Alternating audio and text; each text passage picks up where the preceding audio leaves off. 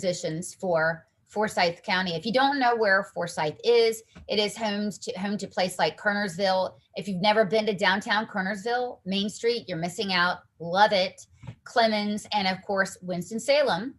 And so home to Wake Forest University, and home to a place where 3rd through 8th graders, get this, 69% were not proficient in math for the 2021 school year. And 62% of 3rd and 8th graders were not proficient in reading during the same time. Sarah, we backed you early on, and we did so because you were the only one that we talked to that had a plan to reverse the learning loss. Would you tell us a little bit about what your plan is?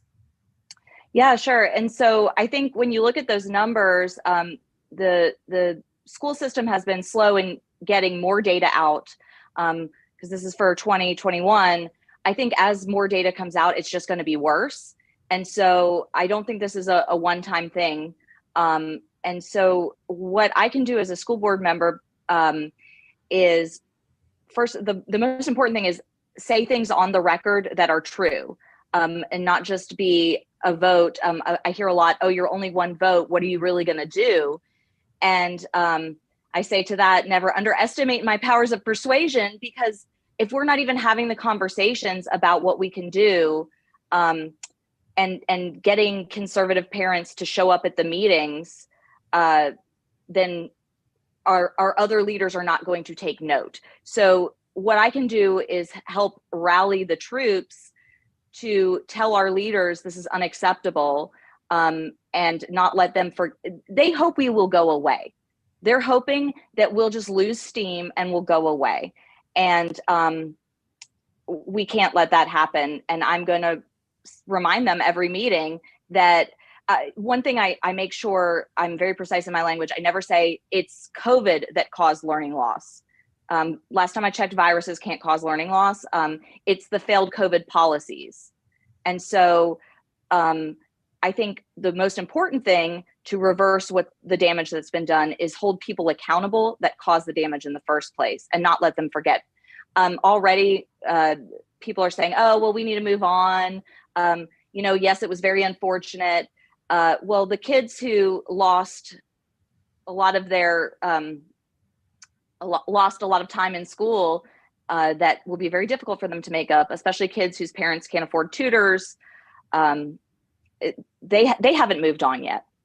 Yeah. Well, let's face it, especially now that we're paying $5 in gas and $5 for a gallon of milk, there's very few parents that can actually afford tutoring. And the one thing I love about your platform, I mean, you've got the double threat to the left, and that is accountability and transparency. Those are the two things that they fear. And what they're running on is just a bunch of social garbage. And so let's back it up a little bit more and tell us what made you decide to run, because your primary was very contentious. I think there's like a civil war in the GOP now everywhere.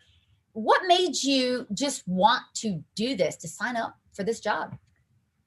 So I'm a nurse, and I worked for a year during COVID. I resigned in 2021, but I kind of was shocked at how what I was seeing in front of me, especially in North Carolina, the numbers, the hospitalizations, and then what we were being told, for example, at school board meetings for justifications for closing schools, was not consistent.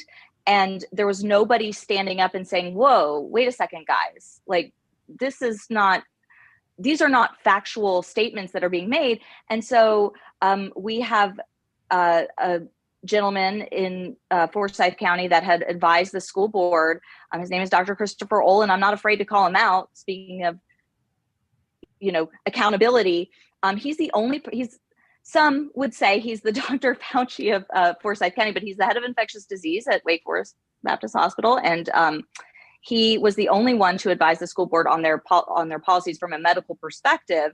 Unfortunately, most of his advice was incorrect, and wasn't really ever supported with facts when he advised the school board. And just to show you how he really probably didn't believe what he was saying, Well, he was advising the school board to vote to keep the public schools closed. His children were in private school, attending school. So that kind of hypocrisy really grinds my gears. And if I had been up there, I would have asked him, aren't your kids in school? But it almost felt like when you look at, and again, I understand this is the South. People don't like to be impolite. Even at the beginning of our school board meetings, the board chair says, now remember everybody, we need to be kind. And I'm all in favor of being polite, if you're writing a thank you note, but this is about our kids and you're talking to mama bears. Okay. We know you don't go around a mama bear with her cubs because she'll maul you. The time for politeness is over. When you hurt my kids, it's not about politeness anymore. It's about accountability and just telling the truth. Well, Sarah, you're not very bright because you don't understand that words are violence. But I thought silence was violence too, so I get confused. I know. Well, I know it's really bad. I mean, and this is, it's hard to know with the left, but when you're on our side of the aisle, you just have to keep speaking truth, and whoever gets mad, oh well, go get a shrink next. Yeah, because I'm not moving, right? I'm going to keep going. And so the truth is very important to you. Accountability, transparency. I mean, these are all things that if that were the esprit de corps of the Forsyth School Board, we wouldn't be seeing numbers like this. You have some of the worst numbers in the state. I mean, this is abysmal. I looked at the foster kids. 89% of foster kids in your county, 89% are not proficient in math at 3rd and 8th grade. These are the kids, by the way, you guys, they cannot, if they tried, advocate or use school choice. They couldn't advocate for their own tutor. They're not able to do that.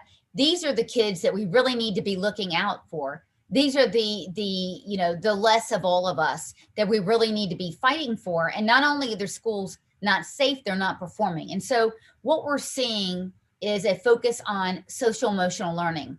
As I've told you guys before, it's mandated from the top down at the state level, all 12 subjects.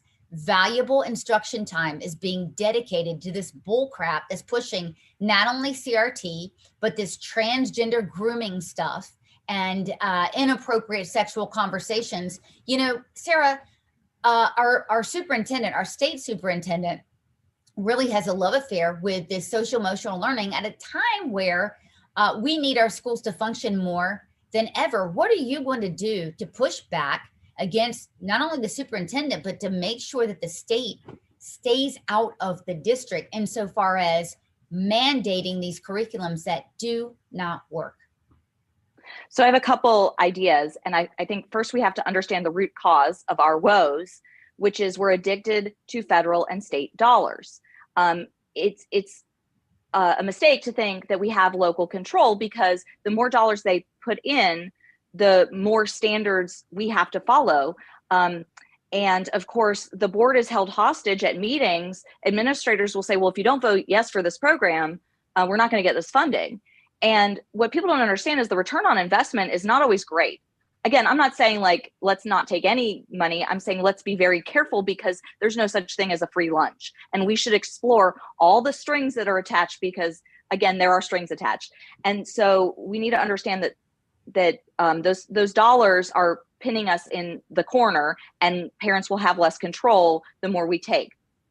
The other thing is something that the left is good at that we're not so great as conservatives, because we're individualists, is we need to work together and unify our resources. So I plan on, with my fellow conservative board members, reaching out to other counties, conservative board members like Burke County, for example. I know a board member on their school board who just got elected last year.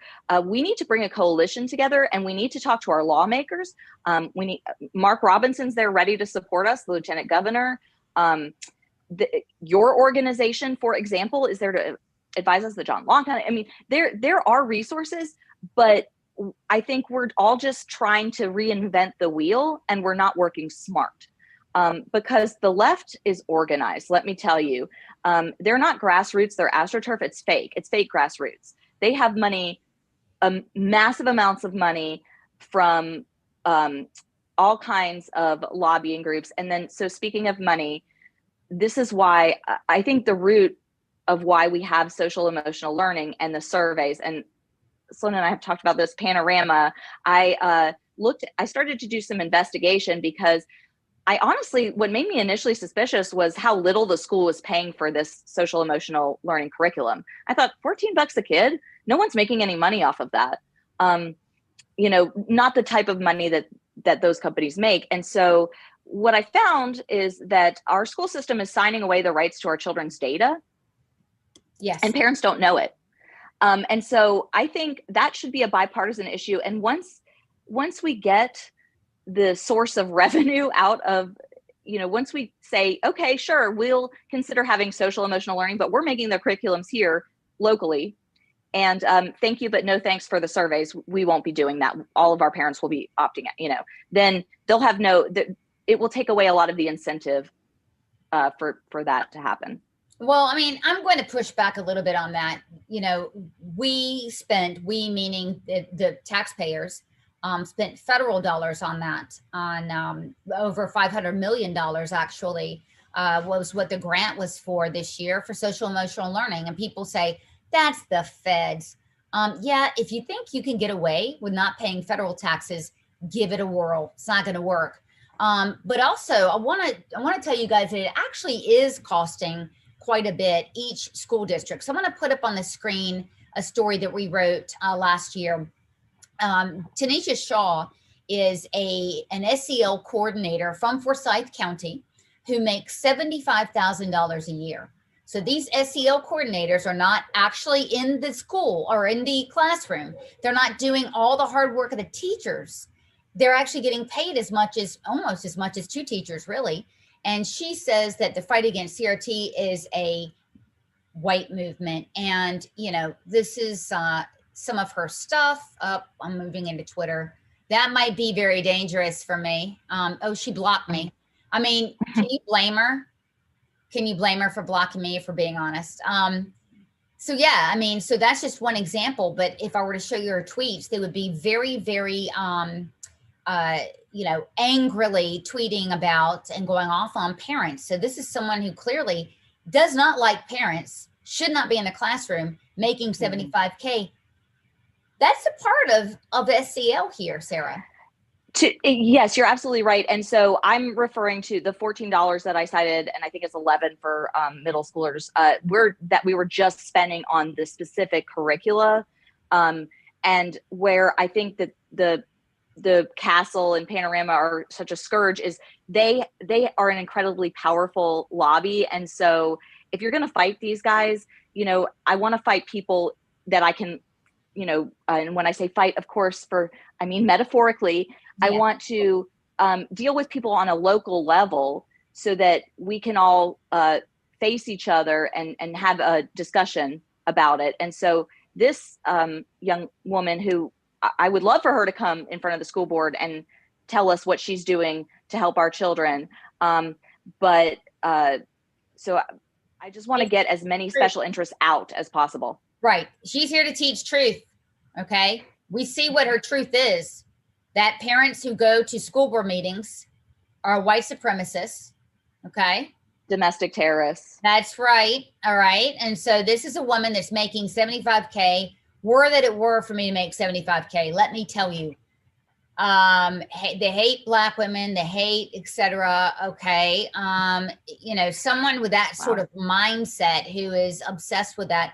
And by the way, this is by no means exhaustive. Ms. Shaw is one of several coordinators for SEL that we pointed out. But again, this is what we need are teachers to be able to have direct instruction time with their students to get them up to speed on reading and math. We are not having that. We are not seeing that.